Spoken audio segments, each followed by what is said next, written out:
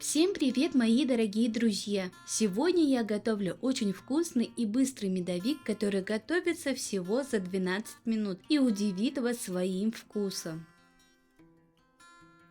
В сотейник выкладываем 180 грамм сливочного масла, всыпаем 120 грамм сахара, добавляем 120 грамм меда, у меня гречишный мед, но можно использовать любой. Отправляем на небольшой огонь и при постоянном помешивании растапливаем до однородной массы. Самое главное не довести до кипения, а просто растопить все ингредиенты до однородности.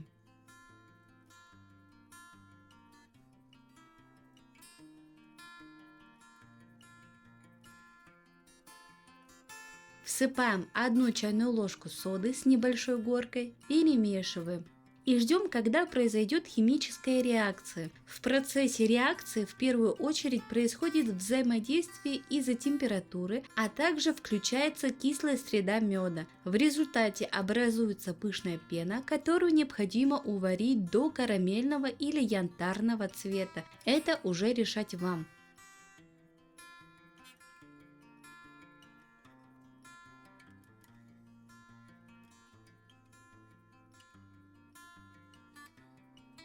Полученную массу снимаем с огня, добавляем щепотку соли для баланса вкуса, перемешиваем и даем немного остыть. Когда масса остынет, она будет похожа на мягкую карамель.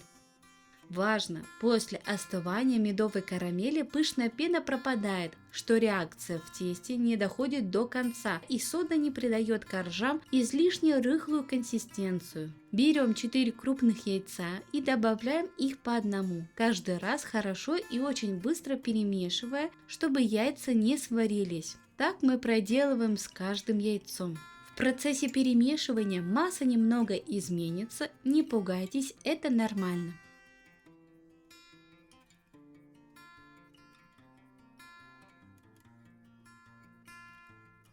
Друзья, подписывайтесь на мой кулинарный телеграм-канал и повторяйте за мной разные вкусные рецепты. Новые видео выходят там каждый день.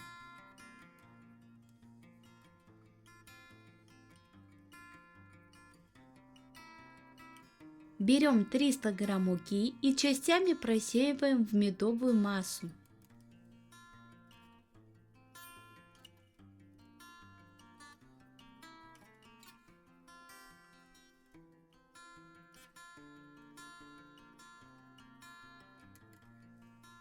Аккуратно перемешиваем до однородности. Самое главное, чтобы не было комочков и мука хорошо впиталась. Всыпаем оставшуюся часть муки и также хорошо перемешиваем.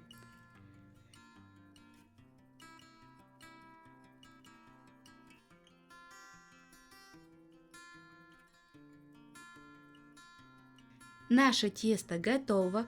В теплом состоянии оно еще будет немного жидковатым. Это важно, потому что после того, как тесто очень хорошо остынет, оно загустеет до консистенции ириски, и вам будет очень тяжело распределить его равномерным слоем по форме.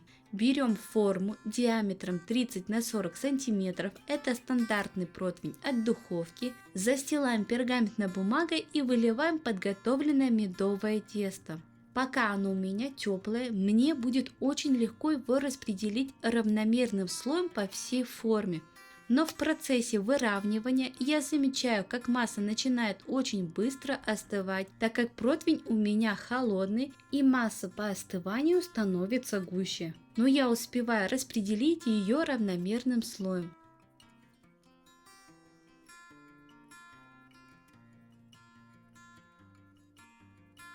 Отправляем противень в разогретую духовку до 180 градусов и выпекаем примерно 11-12 минут. Так как духовки у всех разные, готовность смотрите по своей духовке. Достаем противень из духовки, деревянной шпажкой проверяем на готовность. На выходе она должна быть сухой. Достаем корж из противня и сразу же обрезаем все края. Вот такое тесто получается внутри, оно пропеклось равномерным слоем, и это очень хорошо.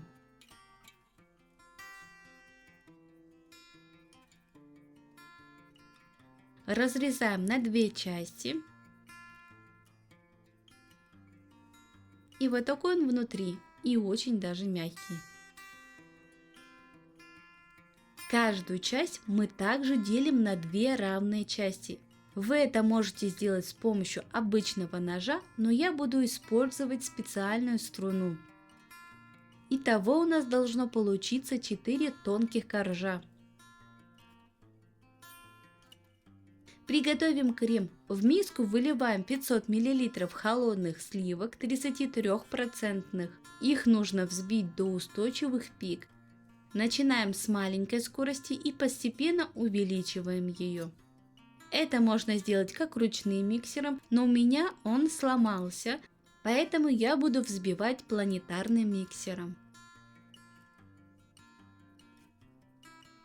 Сливки должны получиться вот такие до устойчивых пик, они также хорошо держат форму. Всыпаем 20 грамм ванильного сахара, 80 грамм сахарной пудры. Обязательно просеиваем через сито, чтобы не было комочков. И добавляем 500 грамм сметаны. У меня она 15%, но я ее заранее отвесила на 2 часа, чтобы ушла лишняя жидкость и сметана стала гуще. А вы можете просто взять густую сметану. Миксером соединить все ингредиенты между собой на маленькой скорости.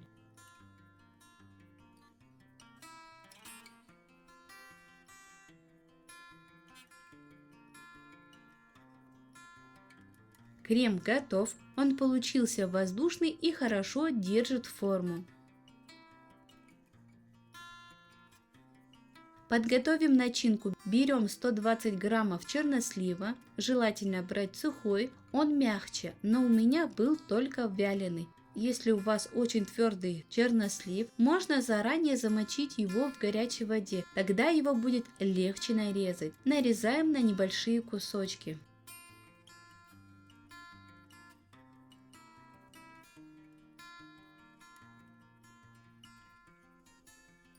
Собираем торт. На блюдо выкладываем первый корж.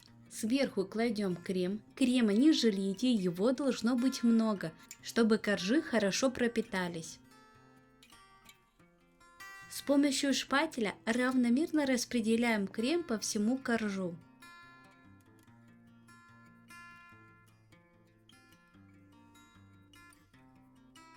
Берем измельченный чернослив и также распределяем поверх крема.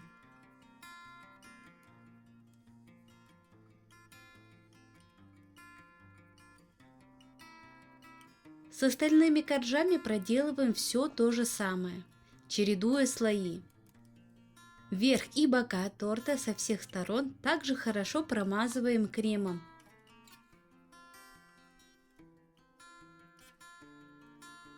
Убираем торт в сторонку, берем обрезки и измельчаем в мелкую крошку. Это можно сделать руками, как я, или же измельчить в блендере, как вам будет удобно. Вот такая мелкая крошка должна у нас получиться. Полученной крошкой сначала начинаем украшать бока торта, так как крошки у нас мало.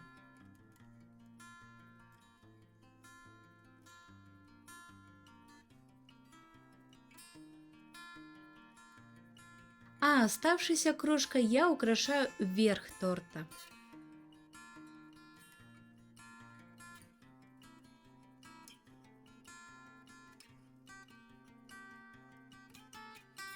Там, где есть большие просветы, их можно закрыть с помощью кисточки. Берем кисточку и просто аккуратно распределяем крошки так, чтобы все пробелы были закрыты.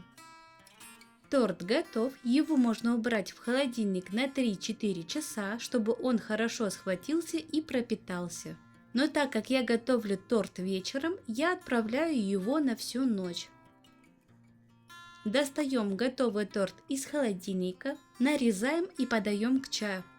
Торт получается очень вкусный, намного вкуснее обычного медовика. Я перепробовала очень много разных медовиков, но этот самый лучший и самый вкусный. Поэтому обязательно пробуйте, готовьте и напишите мне в комментариях, как вам рецепт и будете ли вы готовить. Если вы будете пробовать, у вас все обязательно получится, потому что он готовится очень легко и просто. А вам я желаю приятного аппетита, готовьте с удовольствием, кушайте вкусно и всем пока-пока!